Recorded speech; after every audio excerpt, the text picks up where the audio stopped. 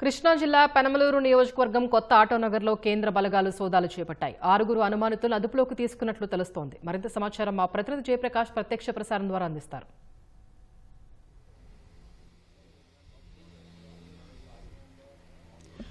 Vijayawada new ఆటోనగర్లో గత 3 గంటల నుంచి కేంద్ర బలగాలు, ఆక్టోపస్ అదేవిధంగా పోలీసులు కలిసి సంయుక్తంగా తనిఖీలు చేపడుతూ ఉన్నారు. ప్రస్తుతం మనం చూసుకోవచ్చు, ఎదురుగా ఉన్నటువంటి ఆ బిల్డింగ్లోనే పోలీసులు ఈ రోజు నుంచి ఉదయం నుంచి తనిఖీలు చేపడుతూ ఉన్నారు. మొత్తం 4 అంతస్తుల బిల్డింగ్గా మనకి అర్థమవుతుంది. పూర్తి స్థాయిలో షట్టర్ దించేసి లోపల తనిఖీలు చేయడంతో పాటుగా అక్కడ ఉన్నటువంటి వారిని ప్రశ్నిస్తూ ఉన్నారు.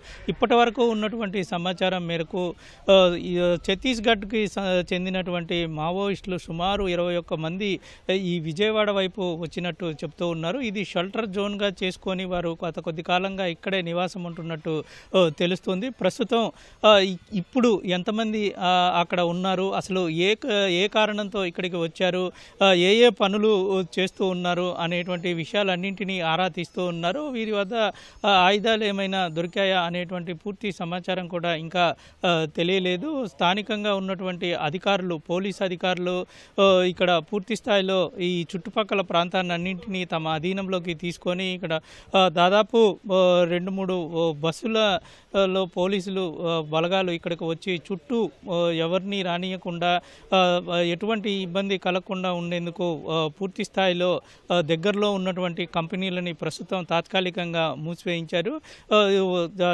లోతుగా ఇక్కడ విచారణ చేస్తున్నట్టు మనకి అర్థమవుతుంది. ఇప్పటి వరకు ఇచ్చినటువంటి సమాచారం మేరకు కొద్దిసేపటి కిందటే అక్కడ మారేడుమిల్లి వద్ద, రంపచోడవరం వద్ద ఇంటెలిజెన్స్ డీజీ మహేష్ చంద్ర లడ్డా ప్రత్యేక పత్రికా సమావేశం ఏర్పాటు చేసి అందులో ఒక నెల రోజులకు పైగా ఈ మావోయిస్టుల పైన నిఘా ఉంచామని, ఒక పక్కా సమాచారం ఆధారంగానే ఈ దాడులు చేసినట్టు తెలుస్తోంది.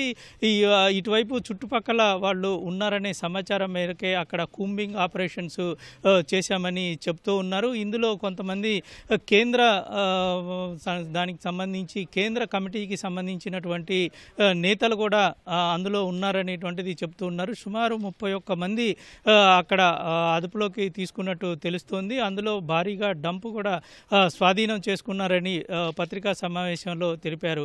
అప్పటి సమాచారం ఆధారంగా ఇటువైపు కూడా, అంటే విజయవాడ లాంటి నగరాల్లో ఎప్పుడు మావోయిస్టులు అలజడి అనేది చాలా తక్కువగా ఉంటుంది. ఈ నేపథ్యంలోనే ఇక్కడ షెల్టర్ జోన్గా తీసుకుంటే ఎవరికి అనుమానం రాదు అనేటువంటి ఉద్దేశంతో ఇక్కడికి వచ్చారని తెలుస్తుంది. మరోవైపు ఆటోనగరి ప్రాంతాల్లో ప్రధానంగా ఎంచుకోవటానికి చాలా రాష్ట్రాల నుంచి ఇక్కడకు వలస కూలీలుగా వస్తూ ఉంటారు. వివిధ కర్మాగారాల్లో పనిచేసే వాళ్ళు. ప్రత్యేకంగా చూసుకున్నట్లయితే బీహారు, ఛత్తీస్గఢ్, అదేవిధంగా రాజస్థాన్ ఇట్లాంటి ప్రాంతాల నుంచి ఇక్కడికి వస్తున్న నేపథ్యంలో ఎవరికి అనుమానం అనేది ఉండదు. కాబట్టి ఇది సురక్షితమైన ప్రాంతంగా ఎంచుకున్నట్టు మనకి తెలుస్తుంది. గత కొద్ది కాలంగా ఇక్కడ ఉన్నట్టు తెలుస్తుంది. అయితే అసలు ఆ కంపెనీ ఏ కంపెనీ సంబంధించింది, ఇక్కడ షెల్టర్ జోన్ ఎవరిచ్చారు, ఇంకా ఇక్కడ మావోలకు సంబంధించి ఎవరైనా సానుభూతి పరులు ఉన్నారా, ఇటువంటి కారణాలన్నీ తెలియాల్సి ఉంది. మనం చూసుకున్న ఇక్కడ పలు రకాల కెమికల్కి సంబంధించినవి, అదేవిధంగా షెడ్, ఆటో వర్కింగ్కి సంబంధించినటువంటి షెడ్స్, టింబర్ డిపోలు, ఇలా పలు రకాల వ్యాపారాలకు సంబంధించిన ఇక్కడ కర్మాగారాలు ఉన్నాయి. వీటిల్లో రకరకాల వాళ్ళు ఇక్కడికి వస్తూ ఉన్న నేపథ్యంలో ఎవరికి అనుమానాలు రావు, చాలా తక్కువగా ఉంటాయి. వీళ్ళు మారుపేర్లతోటి వచ్చి ఇక్కడ ఉంటున్నట్టు తెలుస్తుంది.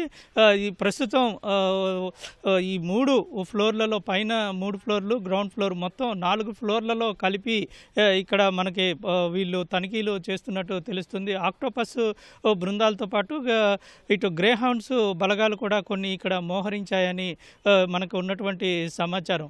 ప్రస్తుతం ఒక అంబులెన్స్ కూడా ఇక్కడ సిద్ధంగా ఉంచిన పరిస్థితి ఉంది. ఏదైనా సంఘటన జరిగినా, ఎవరికైనా హఠాత్తుగా అనారోగ్యం ఉన్న వెంటనే వారికి వైద్య చికిత్స అందించేందుకు కూడా అంబులెన్స్ని ఇక్కడ ఏర్పాటు చేశారు.